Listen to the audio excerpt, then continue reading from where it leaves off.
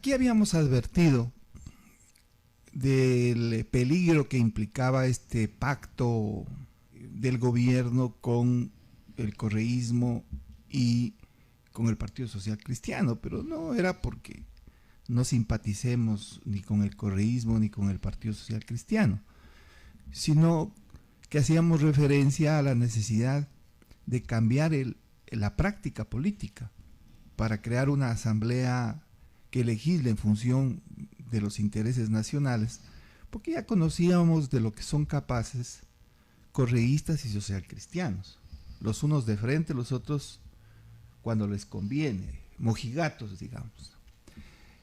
Y ya se advirtió que entre las comisiones que pasaban a control total de los correístas, es decir, que no necesitaban, inclusive no necesitan ni siquiera un voto adicional de las otras fuerzas, están la Comisión de Fiscalización y esta comisión que se llama de Justicia y Reforma del Estado, creo, exactamente, no me acuerdo el nombre.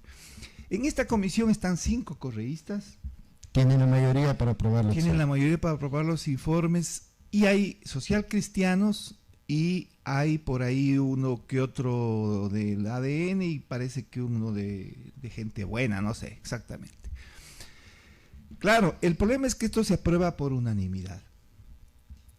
Independientemente de cuáles sean los objetivos, si lo hicieron por ignorancia, porque no leyeron, por vagos diríamos aquí en nuestro entorno, y no revisaron el proyecto, o si lo hicieron pensando en el pacto y que luego ya pues se discuta en el pleno. Yo creo que ambas cosas son bien graves, y claro, tienen repercusiones diferentes, pero le demuestra a usted que hemos tenido razón, es decir, que esta alianza es una alianza perniciosa para los intereses nacionales y los intereses de la propia Asamblea. Este rato ha logrado de alguna manera el presidente Noboa tener una Asamblea que le ha aprobado los proyectos. ¿Pero por qué? Porque detrás tiene una gran popularidad, fundamentalmente por el hecho de que ha enfrentado con valentía el tema de la delincuencia organizada, del terrorismo, porque obviamente el principal problema del país es la inseguridad, y eso lo venimos diciendo desde hace mucho tiempo. Estaba revisando el proyecto a propósito de su invitación. Un proyecto de ley, dice la Constitución, que es un conjunto sistémico entre la exposición de motivos, la parte considerativa del proyecto y la parte resolutiva del proyecto. Y adicionalmente los informes de las comisiones, para primero y para segundo debate, tienen que hacer un análisis en conjunto del proyecto en su integralidad. Entonces, si usted coge el proyecto, observa que en el análisis jurídico que hace la comisión, absolutamente no nombra ninguno de los temas estos polémicos. Lo único que hace es la necesidad de incrementar las penas, que sabe que todo el mundo está de acuerdo, o que eso podía pasar como una especie de anzuelo. Habla de la necesidad de proteger a la mujer, tipificando de mejor manera el delito del femicidio. Habla de proteger a la niñez, el interés superior del niño, hasta ahí. Entre el razonamiento de la comisión, la exposición de motivos que ahí deben haberse inventado, porque esto se recoge de varios proyectos, pero debieron ellos preparar una exposición de motivos que precisamente permita enlazarse con la parte considerativa, que tampoco tiene lo que es la motivación propiamente dicha, ¿no es cierto? Las disposiciones de derecho, de hecho, y la pertinencia de la una respecto de la otra. Es decir, en la forma esto es inconstitucional y no pasa el año, es decir, demuestra mala fe y demuestra ignorancia en los asambleístas, porque esto lo sabe cualquier ciudadano que tenga cierta relación o que haya conocido el accionar de la asamblea, pues tiene una idea general de cómo debe procederse en estos casos. Y yo creo que esto,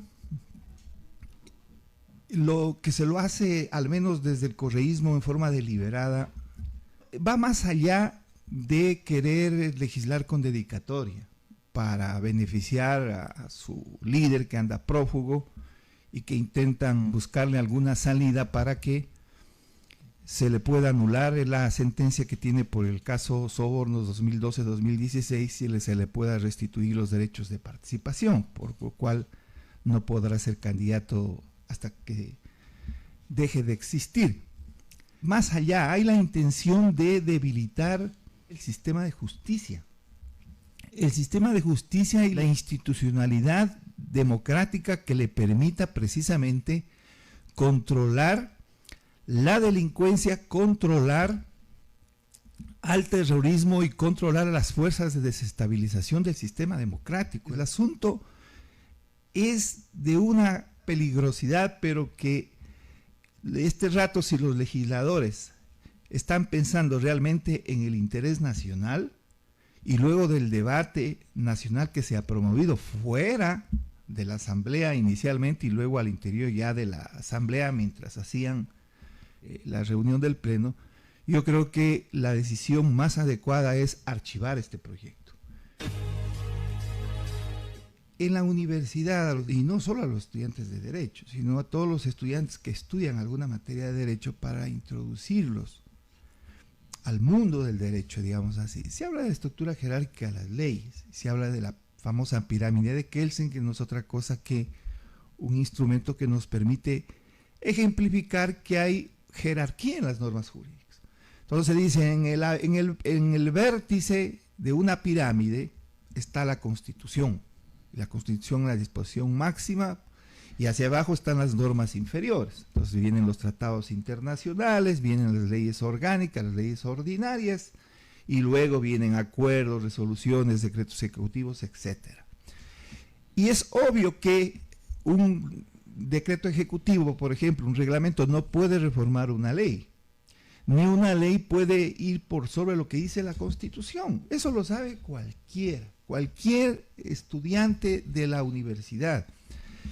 En la consulta popular que promovió el expresidente Moreno, se incorporó el tema de algunos delitos que son imprescriptibles, pero adicionalmente se precisó que en estos casos de delitos contra la administración del Estado, como peculado, cohecho, etcétera, las personas perdían de por vida los derechos de participación. Dice, pierden sus derechos de participación. No dicen que pierden sus derechos de participación cuando ya hayan cumplido la pena. Sin embargo, en el proyecto incorpora una disposición en donde dice que los derechos de participación solo se pierden hasta que se cumpla la pena. Entonces, ¿a quién quieren beneficiar? A Jorge Glass, que ha cumplido su pena, por decirle, ¿no?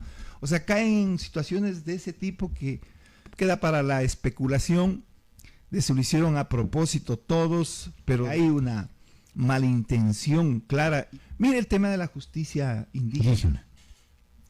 La Constitución reconoce sin duda las prácticas ancestrales de justicia indígena, pero también habla del principio de unidad jurisdiccional, y se ha dado paso a ciertas prácticas que obviamente no violan las disposiciones constitucionales y no violan los derechos humanos, que a veces inclusive sí se han excedido, pero bueno, la sociedad ha visto pasivamente.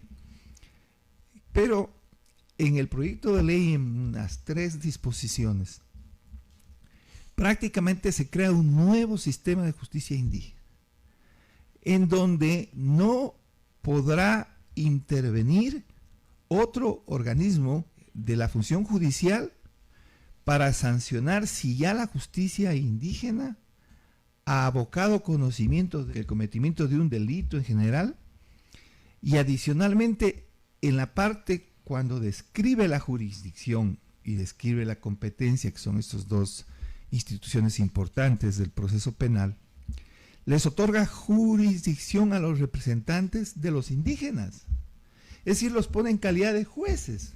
Entonces, ¿qué puede implicar esto? Para hacer también especulación. Lo cogen al señor Isa por un acto de terrorismo, tienen que abstenerse porque el señor Isa lo cometió en territorio indígena y por lo tanto son los indígenas los que tienen que sentenciar. Entonces al señor le dicen, bueno, usted se merece porque el Estado se ha excedido un poco de ortiga y ya es suficiente, y no puede involucrarse la justicia tradicional o el sistema ordinario ni constitucional de justicia. Esto es grave.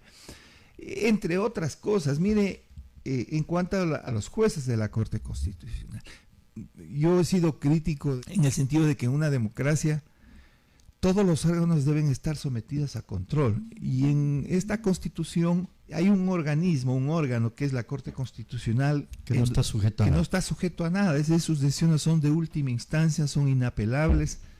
Eso dice la Constitución, pero no, acá eliminan la disposición o reforman la disposición en donde se habla, por ejemplo, del prevaricato. Y en el prevaricato hace actualmente en el Código Orgánico Integral Penal, referencia a los jueces del sistema ordinario.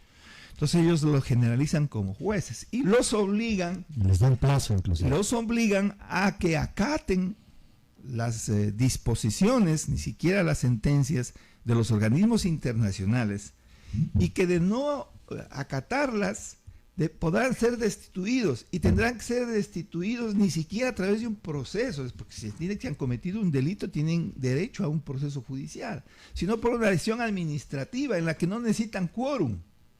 Simplemente se reúne la mayoría de que no participaron en la resolución y lo tendrían que destituirlo. Es decir, una destitución producto de una disposición administrativa y no de un juicio, porque se entiende que el no acatamiento es parte del delito del prevaricato. Vea, le digo varias cosas que de una lectura rápida se me han venido a la cabeza sin que haya revisado esto, con el objetivo de ver el alcance de la inconstitucionalidad del proyecto. Todas han sido graves, pero no hemos detallado dos disposiciones que son esenciales, ¿no? El tema de la desnaturalización del recurso extraordinario de revisión. Todos sabemos que es un recurso extraordinario de revisión, es decir, hay sentencia ejecutoriada luego de que se resuelve el recurso de casación, y adquieren la condición de cosa juzgada, es decir, el principio de cosa juzgada se impone y ya no se puede revisar. Entonces, claro, con el tiempo ha ido creándose estos recursos de revisión, porque efectivamente, y una de las causales dice que a lo mejor la persona que se creía muerta no ha muerto nada. Hay 3 causales. De lo que se trataba es de que existan pruebas nuevas que permitan determinar que efectivamente sea condenado a un inocente. Ese es el actual recurso extraordinario de revisión, que ya consta en el Código Orgánico Integral Penal, que no tiene ningún plazo, puede interponerse en cualquier momento durante, obviamente, el cumplimiento de la condena. Pero le agregan, primero, problemas de violación al debido proceso, que eso ya se revisa en los recursos de casación, e inclusive tiene la posibilidad de plantear una acción extraordinaria de protección. Sino que le incorporan eso, y sobre todo lo más grave es que puede venir una decisión de los comités de derechos humanos de la Organización de las Naciones Unidas. Ustedes saben que esos comités son más politizados que la propia Asamblea Nacional, poniendo al mismo nivel a la Corte Interamericana, a la Comisión, que son diferentes, uno es un organismo administrativo, el otro es un organismo jurisdiccional, pero eso tiene que entrar en un recurso de revisión, porque por sí mismo el Estado ecuatoriano, si es firmante, suscriptor de esos tratados, son de cumplimiento obligatorio, y eso se tendrá que cumplir independientemente del recurso de revisión. Pero ahí claramente la intención es ajustarle la situación para que Correa saque por ahí un informe entre gallos y medianoche de las Naciones Unidas, de alguno de esos comités, y con eso pretenda que se dé paso al recurso de revisión. Y lo otro es actualmente la parte de investigación previa, que es al inicio del proceso propiamente dicho, que inicia con la instrucción fiscal, donde ya obviamente se aplica el principio de publicidad, etcétera, etcétera, donde ya puede ser conocida la materia que se está investigando. Pero hay la fase de la investigación previa, y esa fase de investigación previa es reservada.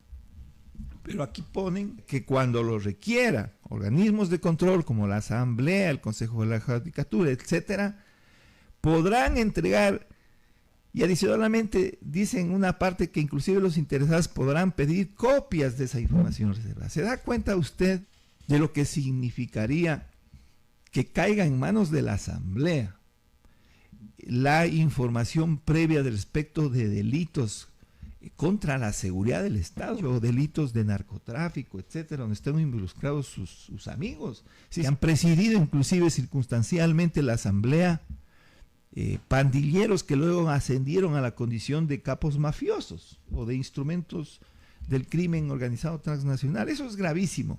Por eso le digo que lo mejor que se puede hacer es archivar ese proyecto, denunciar la mala intención del correísmo, la complicidad del Partido Social Cristiano y de ADN, al menos en la comisión, porque luego ADN no ha dicho nada. El Partido Social Cristiano ha dicho que ellos no van a votar en ese sentido, pero lo que procedía es armar un informe de minorías, y ellos consideraban que habían cosas rescatables, pero ahí lo que se demuestra es claramente que todo es tomado a la ligera y que en función del pacto pasa porque pasa, y después vamos a ver qué es lo que sucede en el pleno.